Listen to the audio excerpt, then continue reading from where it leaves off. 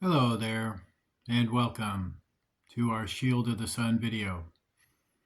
Well, this is actually part two for a video we were doing about the fourth beast and doing lessons from Daniel 7.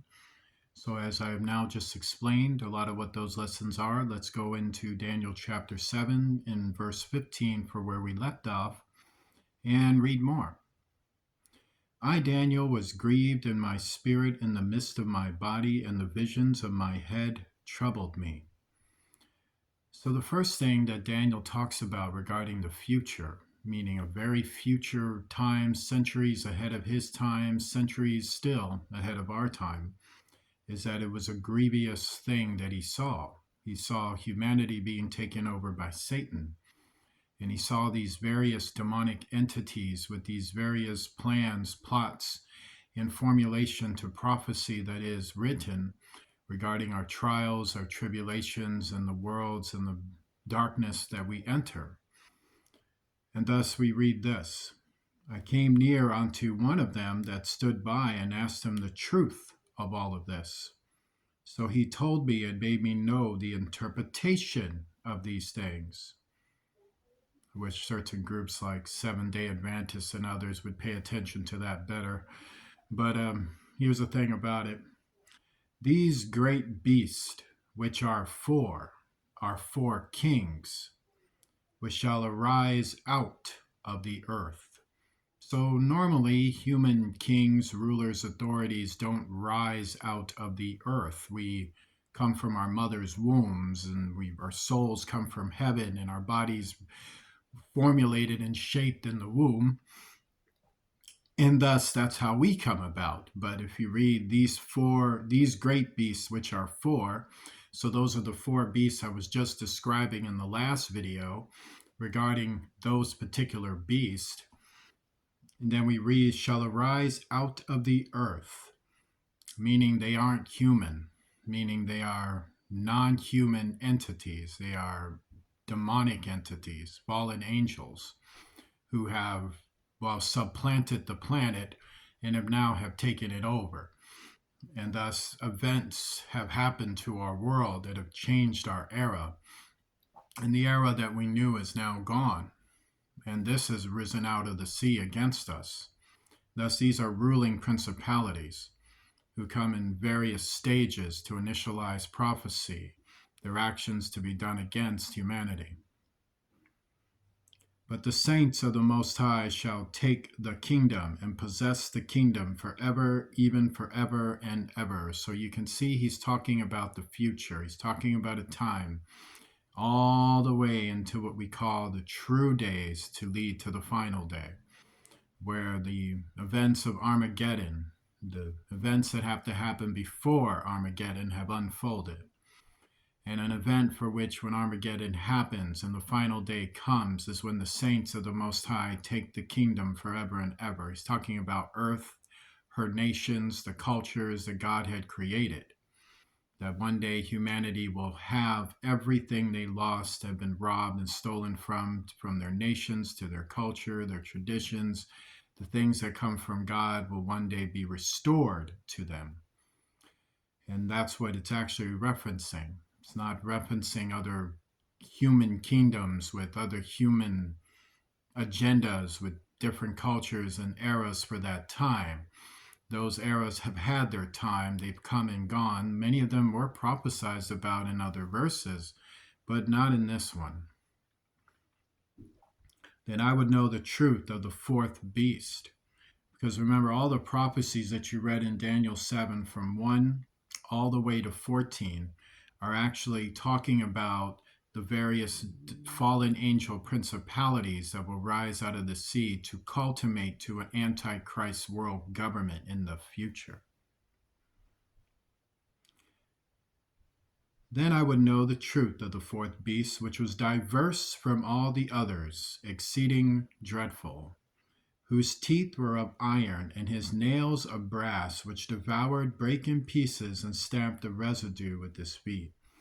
Diverse is to say that this was the kingdom that would be well, formulated for the Antichrist, but would have one exalted ruler, whereas these other fallen angel kingdoms still had gods and goddesses that people had to worship and prescribe to within the various covens of these secret criminal devotees and infiltrators who have infiltrated our society. And thus of the 10 horns that were in his head, and of the 3 which came up, and before whom 3 fell, even of that horn that had eyes, and a mouth that spake very great things, whose look was more stout than his followers.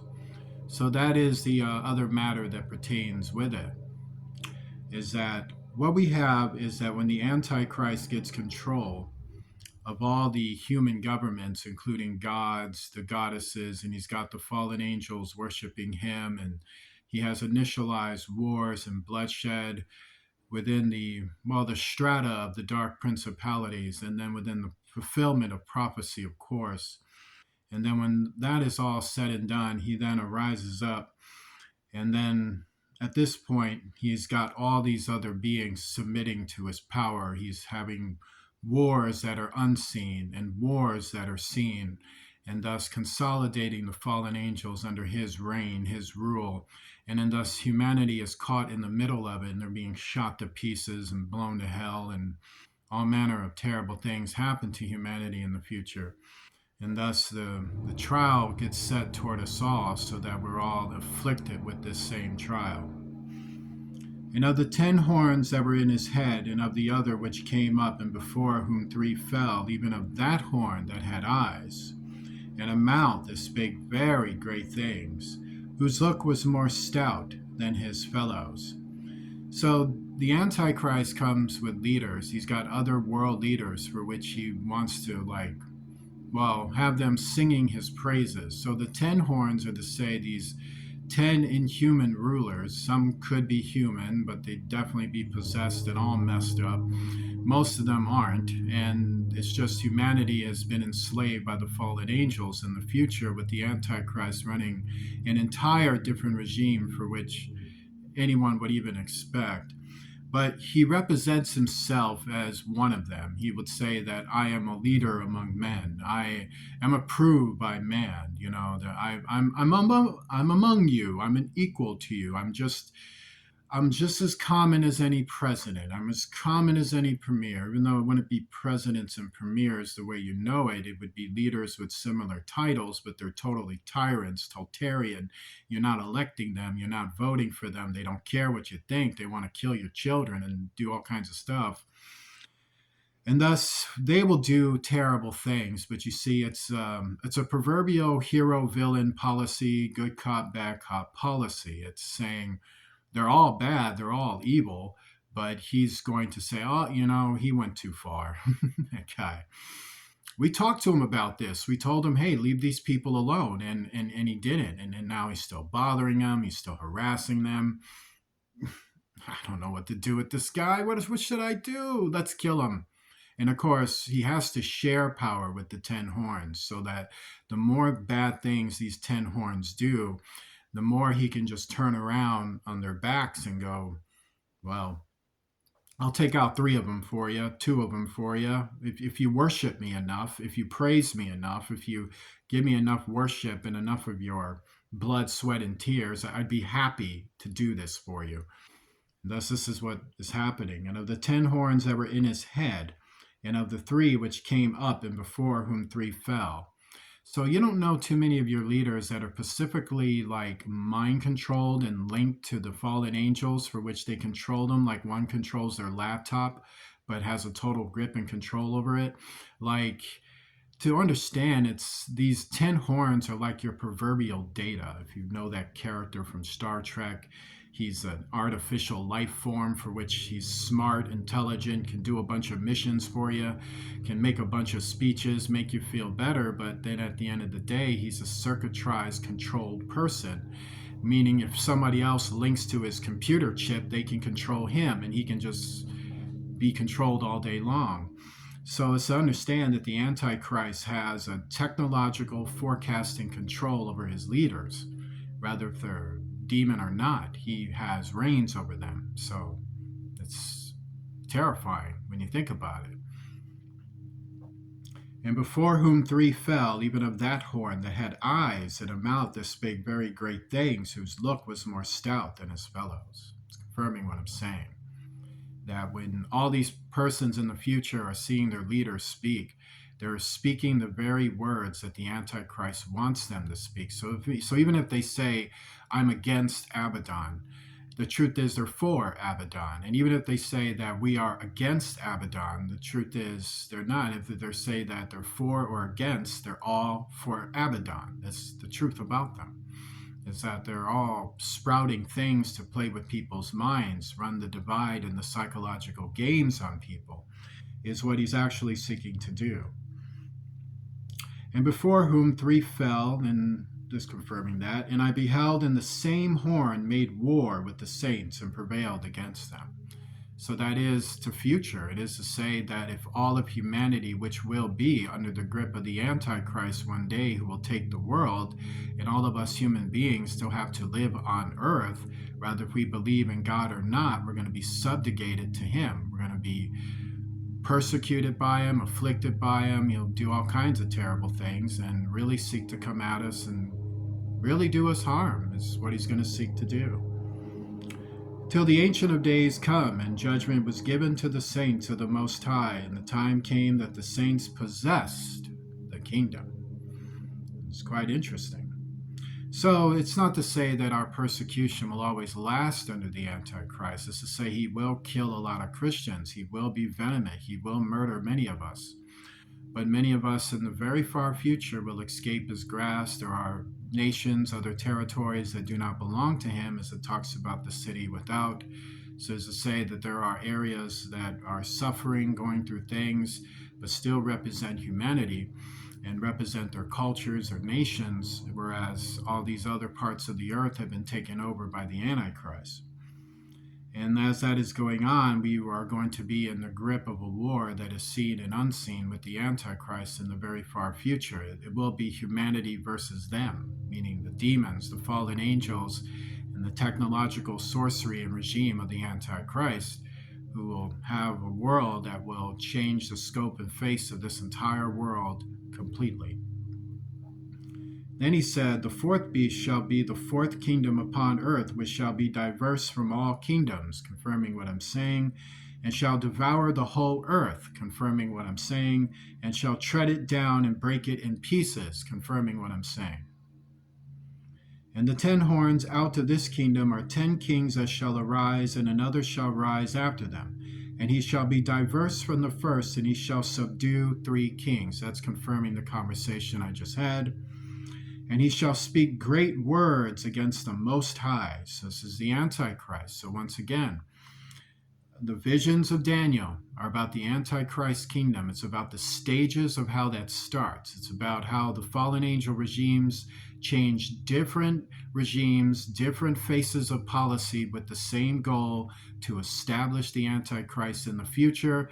And all the false gods, the fallen angels, whatever they're claiming or declaring, will have to submit to his worship, submit to his will, force their followers to also submit to the worship of the Antichrist.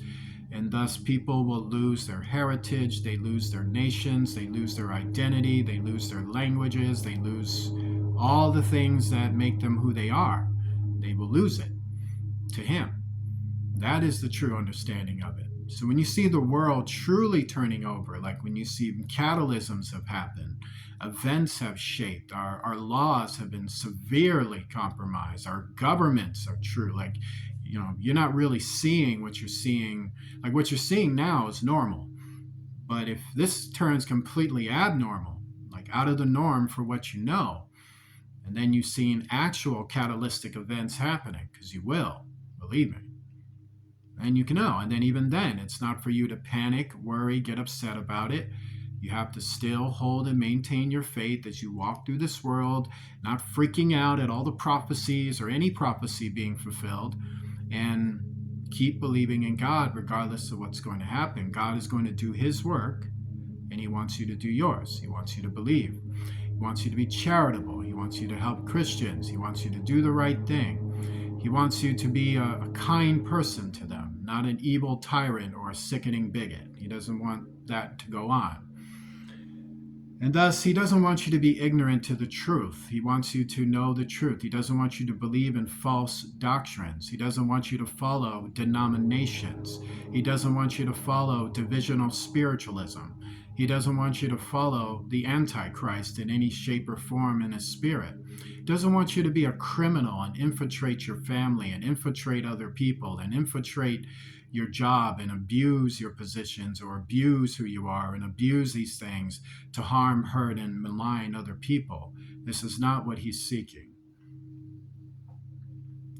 And the 10 horns out of this kingdom are 10 kings that shall arise, and another shall rise after them. So to understand, it's confirming that.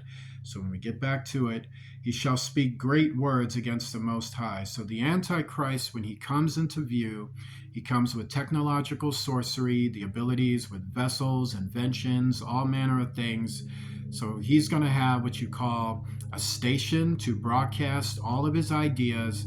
He will control every station. He'll control the whole thing. There'll be no freedom of press. There'll be no commercials. Not really. I mean, there'll be commercials, but not to sell variety of products for people to glorify themselves or just make business for themselves like normal citizens.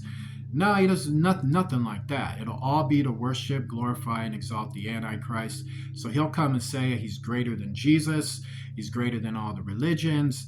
He speaks against God specifically. He's saying, oh no, I died for your sins. And then I got off the cross and married a bunch of girls and had a bunch of kids. And then they all represented the horns.